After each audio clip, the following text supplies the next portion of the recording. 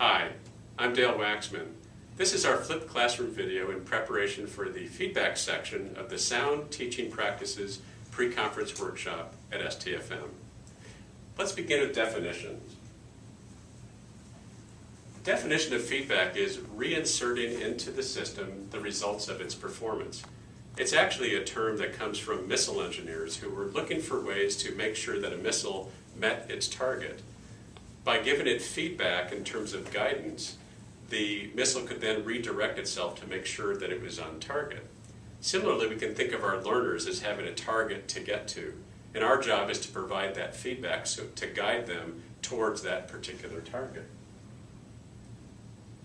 To further delineate feedback, feedback is objective information. It is non-evaluative. The language is neutral, meaning nouns and verbs. It is what is noticed and how it is done. The image to think about with respect to feedback is a camcorder or a flipped video camera. So whatever a camcorder would notice is objective. There is no subjective or any bias included in that. The language of feedback might be seen in these examples. I noticed that you responded to that clue about. The work that you did is complete. Your notes are organized and clear. And when you examined there, I noticed that the patient winced. Again, all things that a camcorder or a video camera would notice. On the other hand, evaluation, to be distinct from feedback, evaluation is subjective information. It uses value judgments, adjectives, and adverbs, how well or how poorly things are done. In the image that we have of this are actually judges. Each of the judges might have a different view about how somebody performed, and so sometimes those are quite divergent. And again, that would be evaluation and not objective like feedback would be. The language of evaluation is, you did a great job with that patient, or I really enjoyed your presentation, or you're a moron. You weren't on the ball seeing patients today. Again, listening to those adverbs and adjectives that are not so helpful for the learner specifically. Before moving on to the process of feedback, it's important to know that you can combine evaluation and feedback. Feedback is the objective information, but it is okay to give your learners an ego boost when it's appropriate to do so. So what about the elements of effective feedback? The timing should be as soon as possible, that the focus is on a specific objective observed behavior.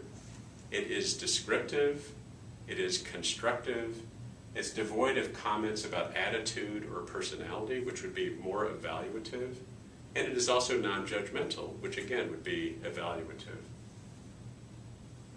So what about the process of feedback? The timing is very crucial. It's important, as I said earlier, to do that as soon as possible. So continual feedback would be in-the-moment feedback, or right after an observed behavior, to give the learner some specific objective feedback in that particular moment. The other option, and something that we highly suggest, is scheduled feedback. In the middle of the rotation, or weekly during a rotation, to actually say we're going to have this sit-down time to do specific feedback. Another part of the process of feedback is the sequence. Our suggestion is to start with the feedback recipient by asking them, what do you think is going well? What do you think could be going better? One of the reasons for this is that the learner has identified the issues for their own learning pretty well. Sometimes they've actually become more critical of themselves than they need to be, and the feedback session can actually be the teacher kind of toning some of that down. The other part of this is that if you have anxiety about giving feedback, starting with the learner can actually reduce your own anxiety. Because as I said, often our learners in the medical setting are more hypercritical of themselves. Another part of the process of feedback is to give the recipient your objective input and then to summarize. And one of the ways to summarize is by doing what's called a feedback sandwich that many of us are familiar with. We start with positive feedback, things that they have done well or they're already on target. And then negative feedback would be things that are a little bit off target for their level of learning. And then finally to end with something that they're doing well, some kind of constructive feedback that shows that they really are on target. So just to kind of give you some practice in terms of a couple of examples, you tell me whether this statement is feedback or evaluation. You covered all the main points of the disease in your presentation. Well, if you said feedback, you're correct. What about this one? It's the middle of the month review. I think you're doing great. Well, if you said evaluation, that would be correct. This learner would really have no clear understanding of why they're doing great. They got a good feeling from it, but they don't know exactly what they're doing that keeps them on target or is off target. So the key points are that feedback is observations, not judgments. It is reinforcing and redirecting, again, getting that learner to their target.